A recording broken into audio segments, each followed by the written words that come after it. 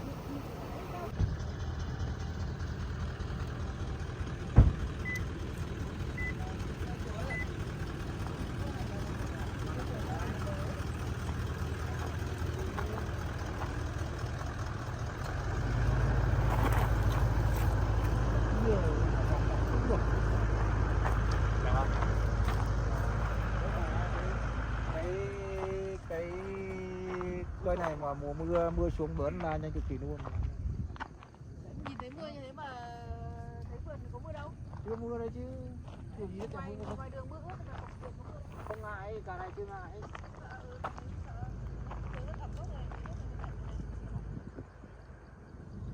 Kệ nó, càng lực như thế này là cái mầm này mà bây giờ mà mưa được xuống.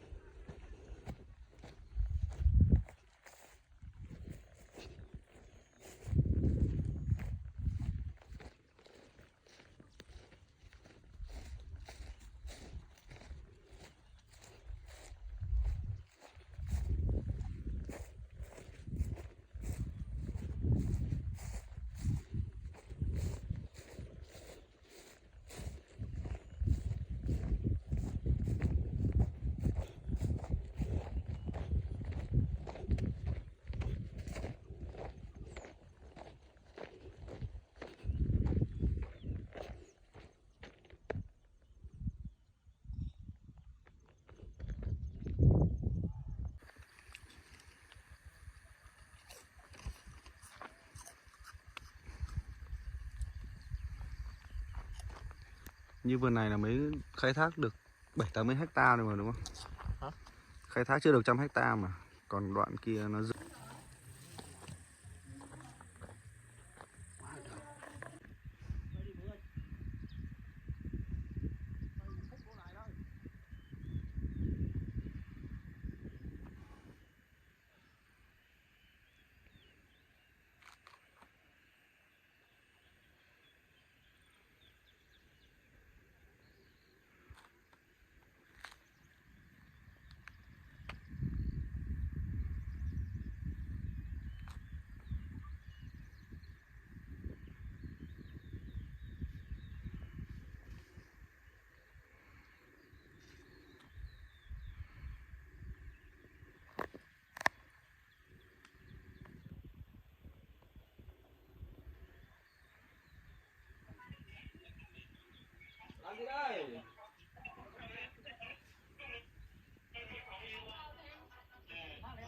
thịt lao à? Sướng quá nha.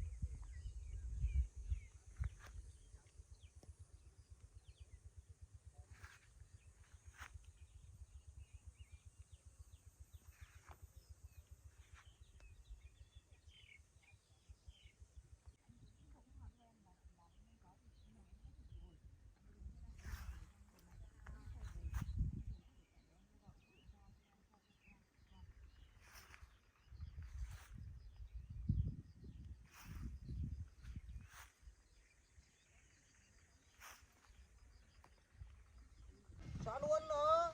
Ít quá. Lúc mấy tỷ đó ấy. Mét đây. Quái có tỷ đấy đấy. Trên là nó có bao nhiêu video rồi? 1, 2, 3, 4, 5, 6, 7, không giấy mà. Đây là cái ba gái đấy này, cái ba cái video ở đây đó.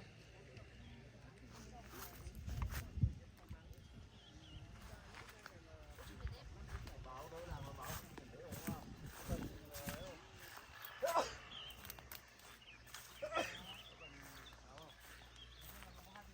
Có một hình rồi à? Mọi lần mà phun cái loại thuốc khác chỉ cần 2 ngày ra cái con này là hết. Cả tuần sau mùi vất. Chưa tấn áp thì nó khô nó nhìn nó chán đời đấy. Năm ngoái nó bỏ cho dân quanh quanh đây đi vào hái, nó hái được có 30 tấn, nó bỏ cho dân hái này. Mà mấy trăm hết, được có 30 tấn. Còn năm nay nó sai lắm, nó cái mùa tốt, nó sai như nước cây này, con qua đấy quay rồi. Mà trăm nhưng có là trăm cơ ban thì đấy.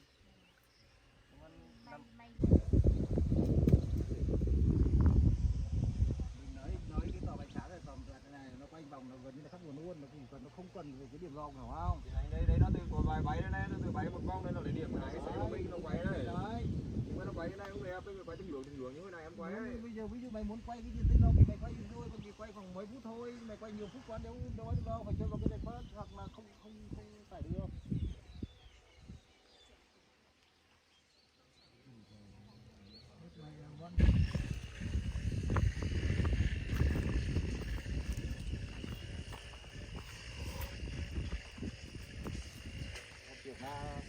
Chuyện là tiếng nó anh để thu thì nó công đi vào mà tôi vì mình đỡ sáu đỡ phiệt tôi phát đi vào đấy nên tỉnh này tiếp đỡ anh phang nuôi khác thì mình luôn cái nào mà chung nó cái đây nó chỉ để có 50% đấy hiểu không? Vâng.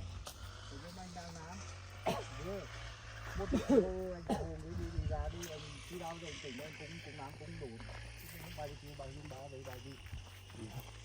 Thôi thì còn như trên là trên đánh buồn nướng buồn khu năm nay buồn khu nãy thằng năm buồn khu như cái anh này năm một tháng thêm cái tuổi ổn định với thằng này buồn thì năm thế nhưng mà nếu bướn ngày cái tuổi bướn thì nó đều mà đây gì thế nếu 3 năm nữa thì anh nếu mà tình làm gì nó không ăn là nó đồn chẳng cái cái tuổi luôn nó bây giờ thì nhà ăn đồn nó bữa nay những cái đẹp những cái chẳng hạn năm sau đồn có 50% nên cảnh sát nước không dám hỏi.